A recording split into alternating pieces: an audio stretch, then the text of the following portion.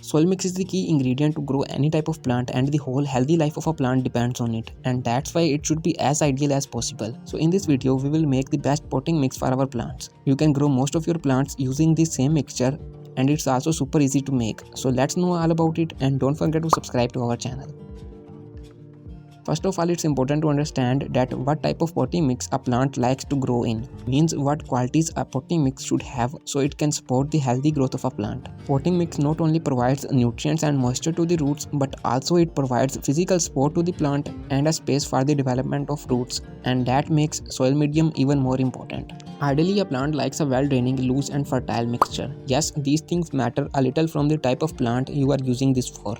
For example, most cactus and succulents likes very well-draining but less fertile potting mix, while plants like hibiscus likes only a little well-draining but very fertile soil mix. So overall it depends upon the plant, but a water-blocking soil or a hard and compact mixture is not useful for any plant. Our focus should be on making the mixture well-draining, loose and fertile.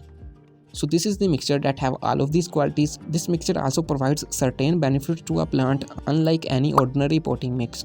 First thing this potting soil mix does is that it's well draining, so the chance of watering related problems like rotting of the stem or roots, yellowing leaves, etc. will be almost zero. This homemade potting soil also helps in the faster and better development of the roots as it's soft and loose, so here the roots don't have to push too hard to grow. This whole thing will go effortlessly, and here you can also subscribe to our channel.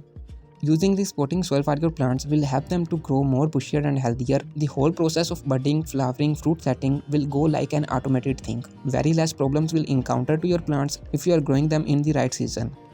So these are some benefits this potting mix provides to our plants. To make this mixture means a well-draining, loose and fertile mixture, we will use a few ingredients. Each of them is used to add a specific property into our mixture. Like cocopeat makes the soil mix soft and water retentive, while sand makes the mixture well-draining. So focus on this.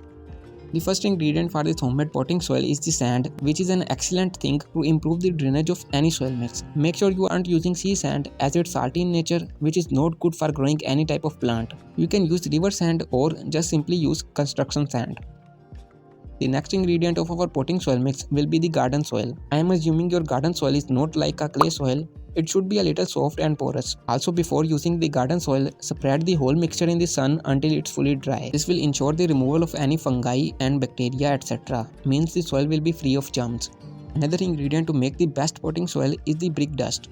You can use the brick made from the clay soil and then crush it into a powder form. They have a good water holding power.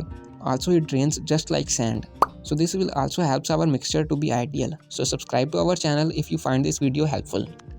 Another ingredient for this potting soil mix is the cocopeat that I am using to make the mixture soft and loose. Using too much of cocopeat can make the soil to be very moist, so follow the ratios described, and it's also added in the description box if you like to buy.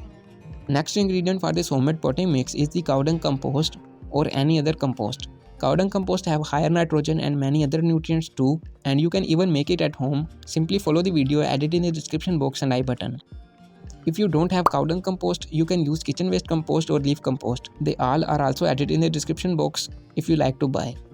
So here we have all the ingredients into given ratios, mix them well, and here we have our homemade potting soil ready to use.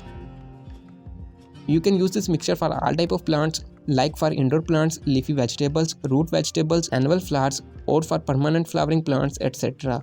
Just don't use for succulents and cacti plants. They are more sensitive than these plants. For them you can follow this homemade recipe added in the description box video. And for seeds, yes, you can use this mixture, but to make sure maximum germination rate, it's better to use this homemade seed starter. It's made just for growing seeds and it's also very easy to make. Simply follow this video and do subscribe to our channel.